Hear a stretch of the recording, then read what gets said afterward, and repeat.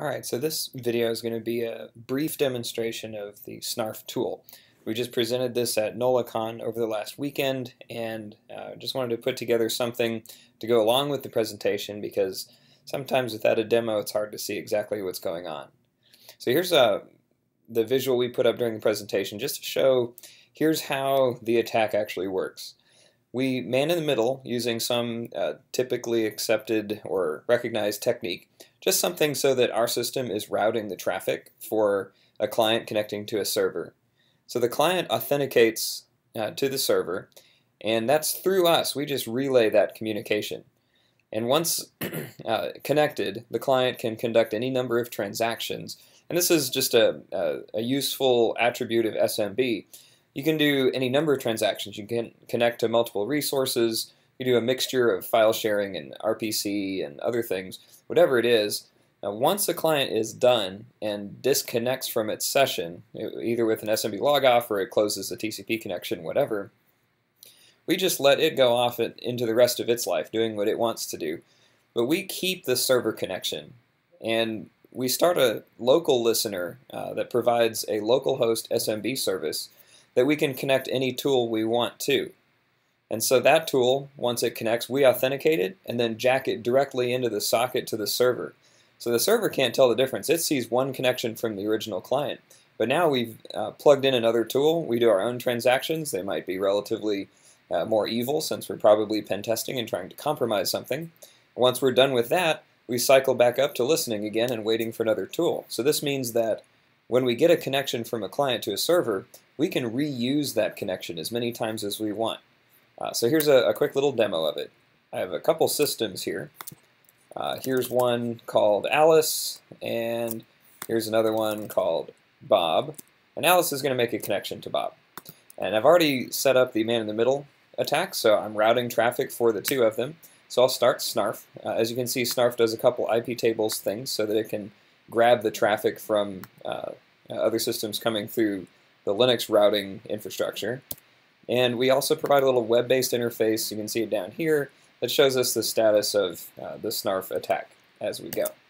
So I'll go ahead and just do a little file mount here. There we got our Z drive. You can see that that's working. When we hop back over here, we can see that Snarf is processing this. We can see each of the SMB packets as they come through, a few status messages here and there. And here we see a tree disconnect just pop through. Let's take a look at this connection.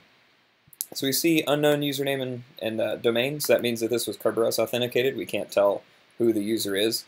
It's just kind of one of those things.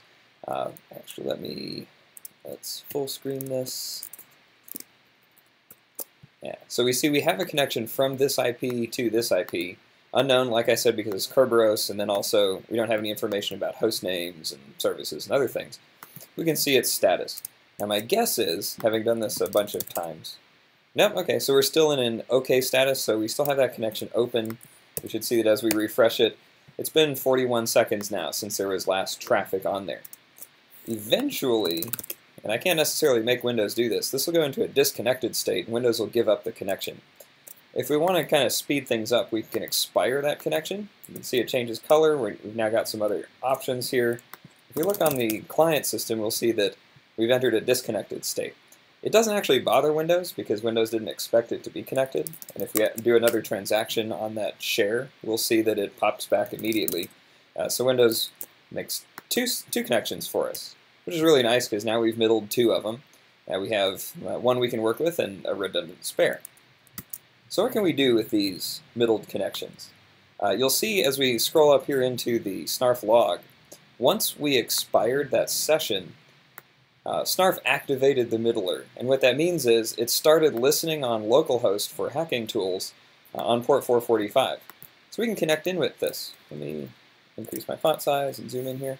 So we can do something like this. Now, I don't know if you noticed, if we look back here on Alice, we'll see that Alice is currently logged in with the Josho domain/Josh account. So I'll just log in with the username of B and a password of B because Snarf will authenticate any username and password. It doesn't matter what it is, so we don't need to know it. But I can connect to localhost here, which is a different system. It's not Bob's IP, but I get a full connection. You can see our server is our own custom server. And I can use this connection. Actually, if I bring this back to natural size and watch over here on the Snarf window, we can see these transactions go through. And we disconnect. Let's try an interesting one like WinExe. That works just fine. We use some RPC, we create a service, it opens up something that has a couple of pipes, and then every keystroke generates some SMB messages. Of course, LS doesn't work on Windows 7 when it's stock. If I run a Who Am I can see that I'm running as Josh O. Josh, when I obviously authenticated as B&B. And that's because we're just reusing that same connection over and over. We never found out what Josh's password is, but we can experiment with this connection and find out what kinds of payloads might work. So we can get around antivirus if we have to, or if we're not admin, we can at least loot the shares and find what files are accessible on there. And just to make this as complete as possible, let's see, well, Windows is still holding on to that one. Let's expire this one. One thing I wanted to demonstrate is that we can bounce back and forth between these two connections. And part of me kind of wishes I'd set these up with two different accounts, but I can switch over back to the other one. If I had a whole bunch of accounts in here, I can choose which one to authenticate with and interact with any of them that have come through. So over time, I would accumulate a lot of very useful sessions using this technique. And then one last thing for the demo, let's go ahead and run a interpreter just to show that this really does work. And we can use Metasploit, we can use the Samba tools, anything that speaks SMB, we can jack into that one connection. So, you might be wondering, well, where else can I get more information? If you look, let me just grab it from our presentation here. Our GitHub is github.com/purpleteam/snarf. You can get it there. There we have README, some documentation about it, and also a link to the presentation so you can see the whole thing that we presented at NOLAcon. So with that, thanks for watching the video, and have a nice day.